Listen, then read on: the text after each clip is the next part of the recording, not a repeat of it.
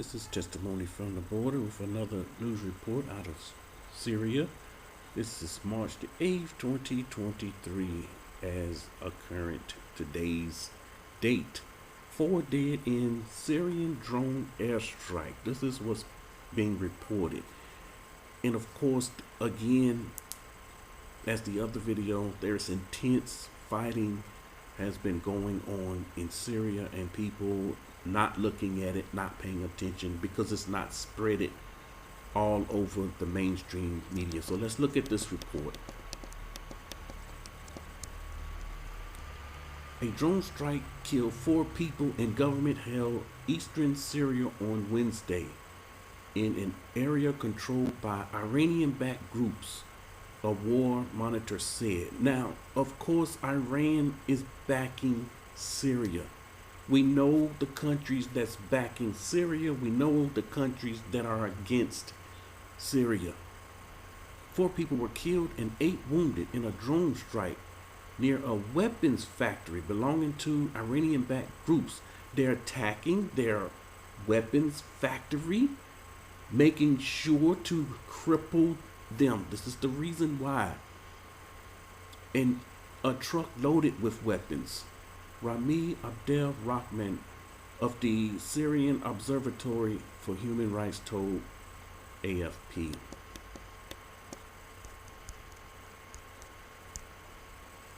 There was no immediate word on who carried out the strike in the eastern city of Deir ez-Zor. Now, if they knew who carried out the strike, they would say, but they don't know who carried out the strike. So they're telling us, they're telling the world they don't know who carried it out. But believe me, after investigation, because there are ongoing investigations concerning things like this, they're going to find out who did it.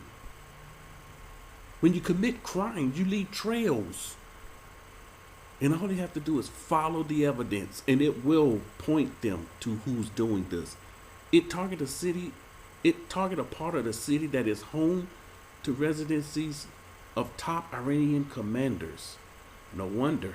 And senior officers of Lebanon's Hezbollah, as well as Iranian hospital to treat cholera patients, Abdel Rahman said.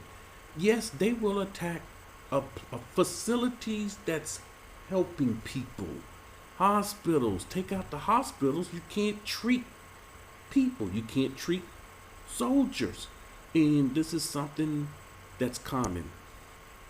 Pro-Iran groups aligned with the Syrian government, including Hezbollah, are heavily deployed south and west of the Euphrates River, which runs through Deir ez-Zor province.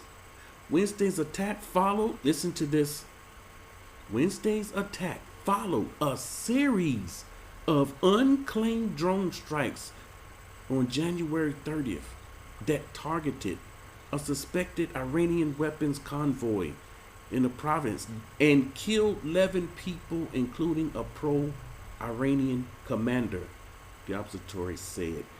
Of course, there will be consequences and repercussions because of these things. You can't commit war crimes and get away with it. There is right, there is wrong. And of course, the things that are done in the dark will be brought to the light. They're going to find out who did it. There will be a punishment. No one going unpunished for crimes that's habitually committed upon the earth today. The Almighty will make sure that men, women, there's a judgment for crimes. You think you've gotten away with it. They don't know who carried this out. And we know the root of the problem.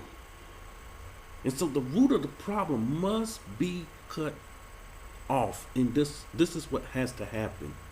Again, we have to keep a close eye on what's going on in Syria, because the people are exhausted from fighting, from wars. They're exhausted. How much more can they take? And we know what scripture says about this area and about this land, how it will be decimated, and we're seeing it being decimated. They didn't even wait, give them time to recuperate after the series of powerful earthquakes and their attack while they are weak. This is when an enemy attacks, when the opponent, when their enemy is weak.